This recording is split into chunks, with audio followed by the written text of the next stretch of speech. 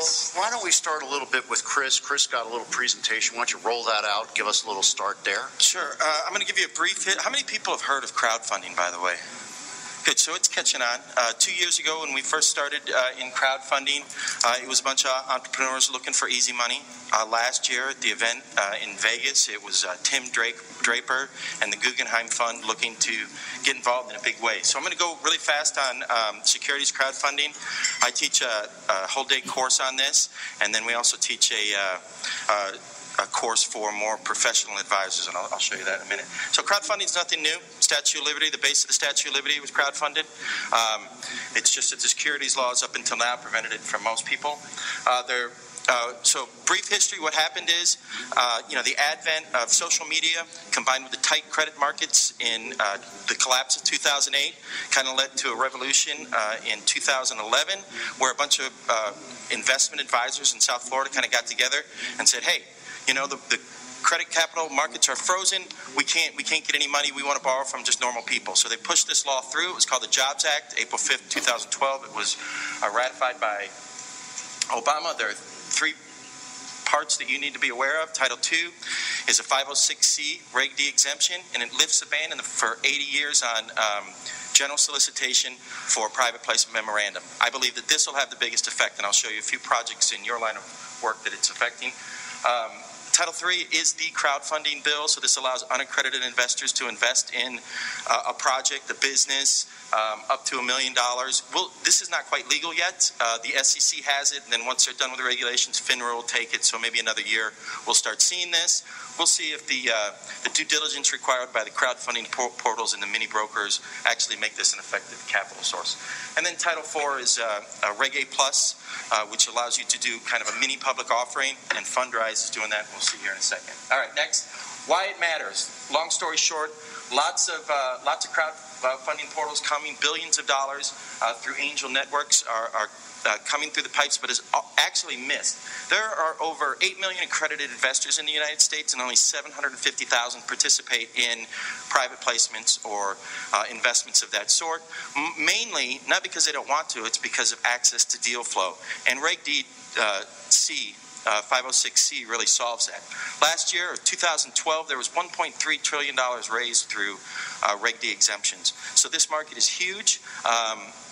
And I think it's going to get better with the advent of, or with the implementation of crowdfunding. There are a lot of unique people that are using it to raise money. There's everything from donation-based to debt-based to equity-based and everything in between. And there are a lot of creatives that are coming up with a lot of opportunities. This is a famous one. It's from Pebble. They raised over $10 million on Kickstarter, a donation-based platform. This is another one. Games are having a big impact. Note that these people do not receive equity in this product. All they are doing is either doing an advanced order, saying that they'll order one based on a video and a pitch page, and then committing this freely to use. All right.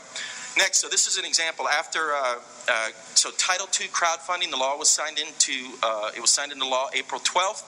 It took until September of last year for the SEC to get done with their guidelines. So now 506C, Title II of the Jobs Act, allows for a solicitation of private placements from.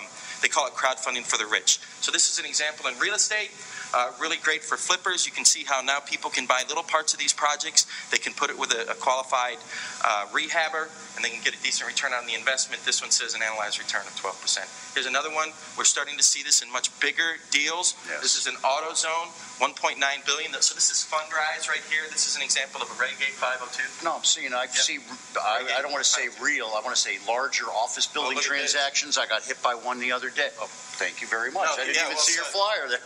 So this is Prodigy Network. So this is the guy that's really having an effect on condo development. So he's out of New York. This is one of his only project that's got done. So he's from Colombia.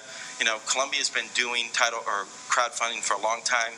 It's only really new in the U.S. Anyways, $120 million, the way it was done, he raised $31 million from accredited investors from around the world, 6 different countries. From that, he got a senior loan of $72.5 million, and he raised the rest, $16.5 from institutional investors. Hard Rock Casino, big names coming on board. This is what is it? This is Realty Mogul. You should check this out. This is a 5D, a 506C right? So they're emailing me.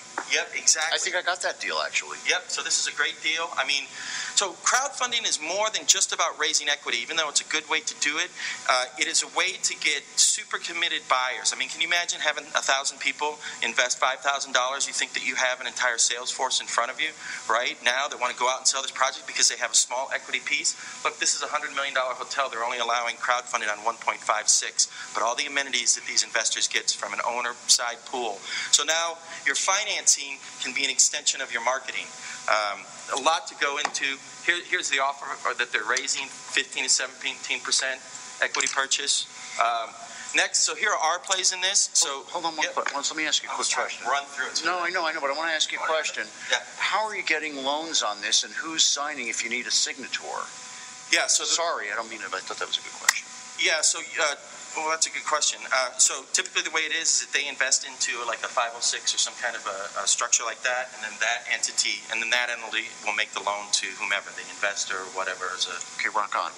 Anyways, this is our U.S. Residential Asset Fund. This is our second fund in the REO to rental play. This is a 506C placement. We're raising $15 million on this with a debt facility of 70% for the rest so that we can buy and sell some of these portfolios to institutional investors. So we don't even only teach this, we're in this.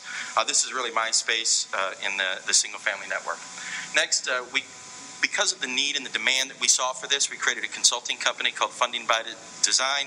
This actually works with people to get them to identify a platform and then design a pitch page to actually raise money and then implement it with social media, because raising money now is about effective marketing and social media, and it will only grow. I mean, Title III isn't even legal. I teach all over the place. Great picture. Next, we have an Indie Angels, which is a member-managed investment fund. So this is a Title II crowdfunding portal. Basically, what it does is it allows us to find the deal flow and then invite accredited investors into our portal so that they can take advantage of the deal flow that comes to us for our outreach there. So it's really changing things where it allows us to advertise for these investments instead of the known-to-you exemption. This is a Title II crowdfunding real estate portal. This is beta, and I ripped this off from another website as more of a placeholder. I was supposed to be ready by this, but it's not quite. But we really are in this space. We really believe in this space. What do you want to do? How do you get more information? I wrote a book on it. This is what I teach on, Crowdfunding 101. You can email me. You can go to these classes. The demand is so hot in the generations younger than us. This thing sells out in every city across the U.S. Over 100 people attend each one. We cap it at that. Next, Crowdfunding You, if you're a securities professional and you want to see how to benefit and get an in-depth understanding of crowdfunding, securities-based crowdfunding. This is Crowdfunding College. I'm not affiliated with it. I went through the program. It's the best. It's run by a broker-dealer out of Vegas. And that is all I've got. Last step, hire a professional, right? But that's all I've got on crowdfunding. Look into it. It's the wave of the future. It is now, and most of it's not even legal yet.